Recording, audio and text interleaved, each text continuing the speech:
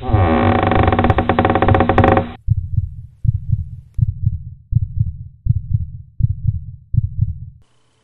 what's up YouTube? It's Joe, and today I'm going to be doing a review of 1986's Cobra.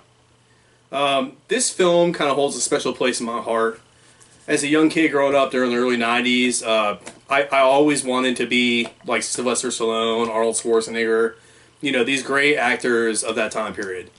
And this movie kind of stands out to me as just being one of those films that, you know, all young boys in that time period kind of looked up to. Me in particular, I love this film. I just remember seeing it all the time on USA and TBS and some of these art channels. I used to rent it all the time as a little kid. So, you know, it holds a spot in my heart that I'm very fond of this movie. So what I want to do is just a quick little review of this movie, share my thoughts on it, and tell you what I think about the film. So, this film kind of embodies the culture of the early to mid 80s crime movement. The political charge to be tough on crime, so to speak. During that time period, you know, we had a lot of serial killers. We had, you know, Ted Bundy. We had Jeffrey Dahmer. So that period of time in our culture was basically was known for having really hardcore criminals. So there was this movement basically that political movement at the time that, you know, we're going to crack down on these hardened criminals. We're going to, you know, we're going to lock them away and we're going to throw away the key. So this movie kind of embodies that spirit to it. You get basically Stallone's character. He goes by the name Cobra in this film. And he's basically like a real tough, badass lieutenant in the film. And, you know, he's what they call the strong arm of the law, okay? So at a certain point in the film, basically they keep on calling upon Cobra to do the dirty work the police department doesn't want to do. So anytime you get these dirty, really bad jobs that nobody wants to take, they call Cobra. I mean, he's just so badass. He's there to clean up Los Angeles. So we get this basically criminal underground that's basically hell bent on bringing down our government, and they call themselves the New Order in this movie. And in the beginning of the film, we see basically this like assassin that goes into a grocery store, and he basically shoots up the grocery store. He's wearing this big trench coat. It's like real dark and gritty. He starts shooting the place up, and he starts holding everybody hostage. And then we skip forward a little bit. They basically, Los Angeles Police Department arrives, and instead of sending in the SWAT team to take out this crazy guy, they call Cobra. Okay. Now Stallone is just so badass in this film. Okay, he comes rolling up. You know, in this, like, I don't even know, it's like a short trench coat almost. He's got aviators on, these like really glossy aviators. He's got this like, you know, mean 5 o'clock shadow going. He's just got this like little chain and everything. He's just looking badass. He's got, you know, he's got his Cobra. So he's got this like ivory handled pistol that he carries on the side, and it's got a little Cobra design on it. And that's like his weapon of choice when he's out, you know, doing his dirty work. So anyways, you know, he goes into the store. He just walks into the store, the grocery store. And, you know, like this little, basically taunting goes on between Cobra and this crazy guy. So we get about 10 minutes, so basically 10-minute shootout between Cobra and this crazy guy. And this crazy guy gives him kind of like a warning, like, you're not going to be able to stop us because there's many of me out there, okay? So he's not the only one. So it's kind of like some foreshadowing that this is not just like a one-off operation. This is like an army of people out there that they're trying to take down our government, okay? And then I like the quote in the beginning of the movie when he basically shoots this guy in the grocery store. Stallone says, "You're the disease and I'm the cure." I just thought that scene was so badass. You know, he shoots him and everything. It's complete Stallone style. It's what you would expect from a Stallone movie. You know, all these little cool one-liners that he's infamous for. Yeah, this movie is freaking badass. So anyways, we flash forward a little bit in the movie, and basically there's these like what they consider serial killers. So they're basically going out, these groups of people. They're part of this new order, and they're just randomly going out and slaughtering people at nighttime. So people, you know, they're getting out of work, they're going into their car, and these groups of people are running up on them. They've got like pantyhose on their face, you know, they're dressed in dark clothing, trench coats and stuff, and they're just basically slaughtering people. And it's kind of reminiscent to me, like almost like a slasher movie in a sense. It's kind of weird how they brought that kind of like that fear of a slasher film, you know, like a stalking aspect of it, because some of the kills that these people do are kind of like, you don't see them, they just kind of sneak up on people and just kill them. And they're using, you know, like hammers, they're using machetes, they're using, you know, all different types of weapons, and they're not really using guns until, you know, at the end of the movie. So anyways, it's kind of slasher-esque to me. This whole film kind of feels like a kind of like the film Manhunter a little bit. It's got Michael Mann's kind of feel to it, that Michael Mann flair that he's known for in his films.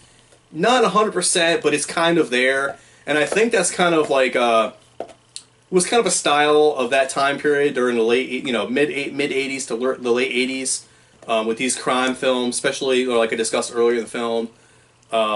This film basically, it's supposed to be gritty. It's supposed to permeate this feeling throughout the film that, you know, it's dangerous being out in the streets. You know, you just got these madmen out there that, you know, you just can't control, and this is why we need to be tough on crime. This is why we need badasses like Cobra, okay? Our regular police department, they can't handle this stuff. We have to call in this special, you know, crazy guy named Cobra. So anyways, so these guys keep killing. This new order keeps on killing. They can't catch them. And eventually you meet Bridget Nielsen's character. She's basically like the lead girl in this movie. She is, I guess, she's coming into this parking garage, and this group of the New Order basically comes up on her, and they're trying to kill her, and she escapes. And she basically goes to the police department. Police department interviews her. Cobra comes in. They bring in the specialist once again. Cobra interviews her, and he's like, "Can you tell me what they look like? Do you, if I were to point them out, would you be able to give me a positive and identify this guy?" And she's like, "Yes, I can." So they bring in basically like a sketch artist, and he draws out a picture of this one guy who's like the head guy in this film as far as the New Order goes. And so they have an image of what the guy looks like. And basically the rest of the movie involves this New Order trying to hunt down Bridget Nielsen's character, because she's the only person that's basically seen these people. She's the only person that can positively identify them. So she's marked for death. And Cobra knows that. And all the other police department, they're like, yeah, just send her on her way. Well, we don't need her. We've got this picture of her, whatever. Cobra's like, no. She's a high target risk. We're going to put her in the safe house. I'm going to guard her. And basically, Cobra becomes her bodyguard. And then it gets into, you know, we see Cobra back at his house, and he's kind of like putting this information into his computer, into his database, and he's trying to figure out if he knows who these, you know, these criminals are and everything. And yeah, so he's trying to get in the mind of these killers, and so that's kind of why it reminds me a little bit of Manhunter a little bit. It's got that like style to it, that crime cat and mouse kind of style to it that Michael Mann's known for in his films. They even throw in the lens flares in there from time to time. You know, just the color of the film is just really cool. So this film basically, I mean, without giving up the entire plot of the film, there's car chases, crazy car chases. Cobra basically drives this 1950 Mercury, okay? It's like a freaking tank. It's an old school, kind of reminds me of like a mob car. And that's his car choice. And this thing, I mean, takes a beating in the car before it finally breaks down. I mean, this thing takes a beating.